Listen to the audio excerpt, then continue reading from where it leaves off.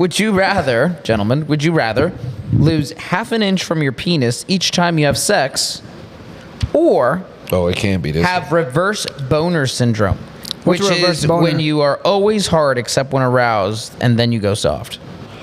Oh, no. Wait a minute. So you're always hard Except when it's needed. when it's needed. Yeah. Would you but- rather that or lose half an inch from your penis size every time you have sex? Yeah. What do you consider sex? What is considered No, sex? I mean, at that point, sex is just insertion. And Nah, but I just be getting head 24/7. Yeah, then at that point, it would move the goalpost for that. I can't have sex with you because I'm gonna lose half an inch. So I you would would- opt out of sex. You would just have. I just be getting Listen, head. I'm putting Give me a that little handy dandy. I'm putting my shrimp in that envelope. There's no way that I'm not gonna go with the latter, because if I'm losing half an inch, or is it an inch and a half? No, inch and a half. Relax, That's guy. wild, wouldn't it? So if you're losing half it, man, No, come, half an man. inch. come on now. Half an inch. Half an inch. That means I can have sex like fucking 10 times? Yeah, it'd be like, less, bro. what are we? That's a terrible deal. I'm not. Nah, I'll take it. I'm not doing it. I'm not doing I'll it. I'm take putting it. the shrimp in the envelope. There's no way. So you just walk around with a boner 24/7? I'll do it. You just be doing, you be at your mom's funeral. Oh, I don't want to say that. I'm sorry. Good Lord. That's a crazy one. I mean, That's a crazy one. I'm sorry. No, it is crazy, but given men on average, if I'm not mistaken, I believe it's 11 boners per day that a man has. So with that being the case, there are moments in which you get some of the Let me change most it. All right, so random boners. You're here in Miami, you run into P. Diddy at a restaurant. Oh Lord, see, I'd rather the mother's funeral than something of that nature. God.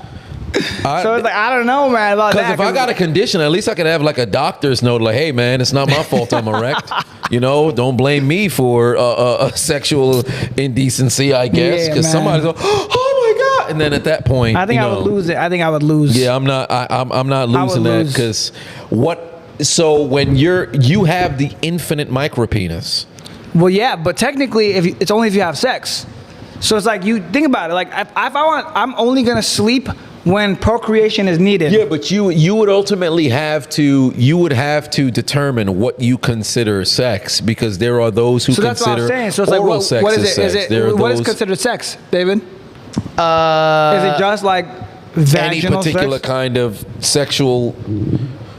Oh, I would say just vaginal. No. Yeah, see, no, then no, it's no. like- Hold on. No. 'Cause that finds a way around it. Then No. Yeah, it's got to be. it has to be any particular form of sexual. I'll give you the contact. pass on the blowjobs though, because then That's I what feel I'm like saying. that's not a long-term solution either. That's what I'm saying. So it's You like, won't be with someone for too long. Well, I mean, truly no, because the percentage of the nymphomaniacs who's like, this is just what I love to stick phalanges in your mouth. Like, you're not finding individuals of that nature. So you can, but how long?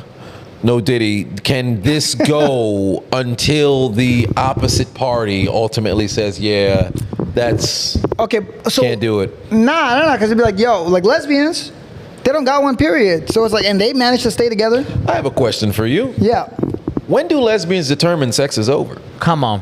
when they're done. Yeah, come on.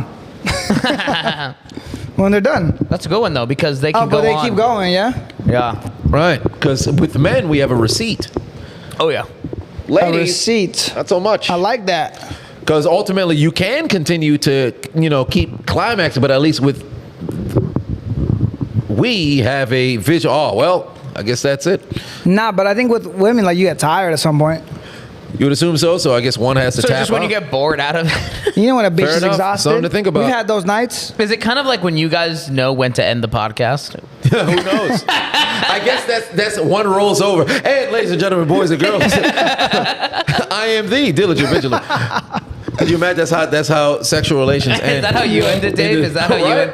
Let's ask the WNBA. All right, so Oh next my question. goodness. Dave, when you have sex, do you end it with, and I am the digital vigilant? Only one time. Hold up, pause. Speaking about WNBA, there's a real thing. You think you could beat Caitlin Clark in a basketball game? I don't even know what if that it was is. you versus Caitlin Clark, you think you could beat her in a basketball game? No.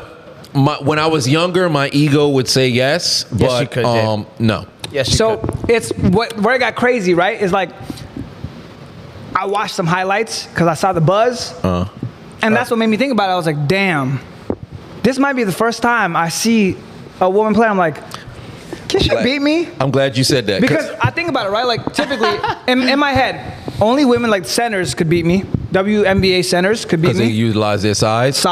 But like a guard, like no guard in the WNBA, I felt like could beat me because I'm just gonna like throw you around. You know? You would assume But then so. with Caitlin Clark, she be just shooting that thing from a mile Like away. the female Steph Curry. So it's like, if she's just shooting over me, the fuck am I supposed to do? Right. You know, so that's why I think about it. I'm like, damn, can I beat her? I don't think I could beat her.